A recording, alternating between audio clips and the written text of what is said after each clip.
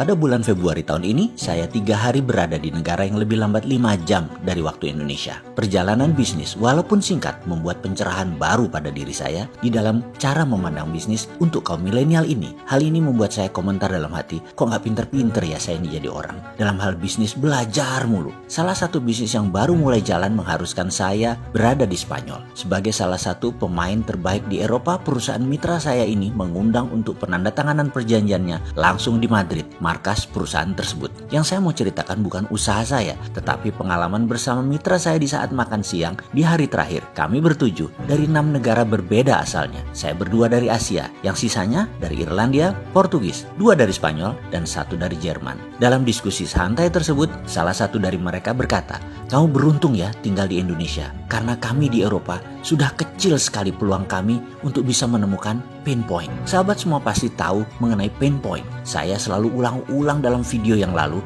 kemampuan melihat pain atau titik derita ini pada sebuah masalah dan menemukan solusinya, itu adalah peluang bisnis yang luar biasa besarnya. Kita review sebentar tentang pain point. Misalnya, macetnya Jakarta dan masalah distribusi barang sehingga melahirkan industri yang namanya GoFood, GoShop dari Gojek, GrabFood, dan lain sebagainya adalah kemampuan mereka melihat pain point. Itu pelajaran singkat mengenai pain point ini. Catatan penting, semakin besar masalah yang diselesaikan atau terobosan untuk mempermudah hidup, akan semakin besar profit atau keuntungan menyertainya juga. Juga semua ini besar nilainya untuk bisnis Anda. Seperti Apple Incorporated lakukan dengan iPhone yang menggabungkan telepon dengan semua aplikasi adalah solusi memindahkan semua tools ke tangan. Membuat Apple Incorporated sekarang nilainya $1.000 billion market capitalization-nya. Ini sama dengan 50 kali APBN Indonesia yang 2.000 triliun rupiah. Juga kalau dibandingkan BUMN Indonesia, Apple itu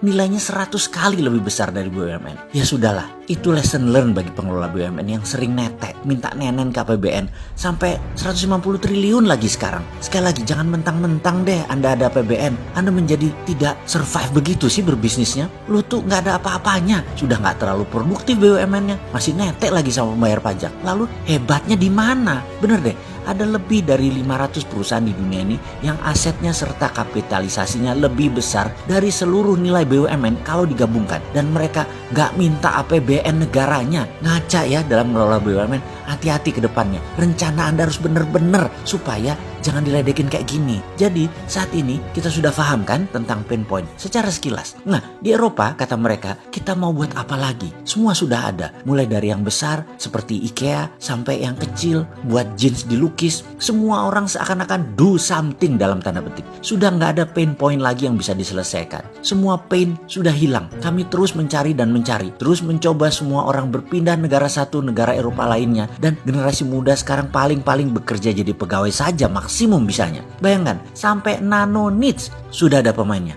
Apa itu nano niche? Misalnya mereka menganalisa di dunia ini ternyata setiap 10.000 orang ada 1 orang yang kalau berdiri di depan umum atau berbicara di banyak orang lebih dari 2 orang saja tangannya berkeringat. Kejadian ini tentunya membuat tidak nyaman dirinya dan orang di depannya. Lalu pain point itu menjadi peluang bisnis. Diciptakanlah comfort ball yang dibuat dari bahan kain penyerap keringat yang sangat lembut dan wangi, sehingga mereka yang memiliki masalah tangan berkeringat tadi bisa menjadi nyaman dengan memegang comfort ball tadi. Itulah nano niche. Bayangkan, 1 orang dari 10.000 saja yang memerlukannya, tetapi pain point tetap peluang besar dan ini disolve, ini diselesaikan solusinya. Lalu setiap orang mulai mencari-cari nano niche lainnya dan dibuatkan problem solvernya, sehingga kami dipaksa terus-menerus menciptakan sesuatu yang makin kecil pasarnya, atau kami hanya bisa jadi pegawai biasa saja. Semua pasar itu ada pemainnya, semua sisi ada yang memenuhi kebutuhannya. Sungguh menjadi pegawai semua menjadi rutinitas dan jadi pegawai tidak menyenangkan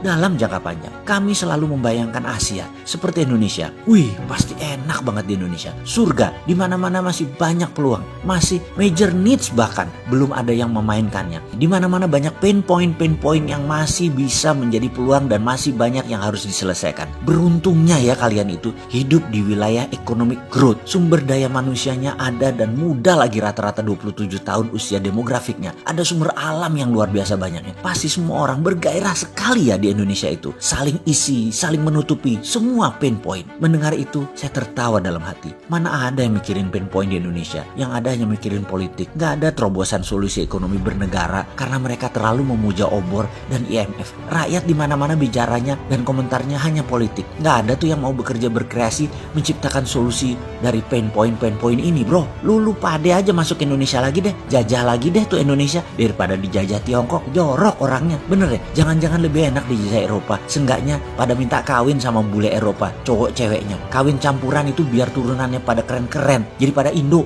Asli saya cynical banget komentar dalam hati tersebut. Karena kok di Indonesia nggak ngelihat apa yang mereka lihat ya. Sebel gua. Apalagi pejabatnya. Semua cipta anak bangsa ini pasti nggak lancar jalannya. Ada izin INA itu yang nggak jelas. Di mana sih berjuangnya kalian untuk rakyat? Kalian di atas tuh rebutan APBN doang bisanya. Gamput tenan kon.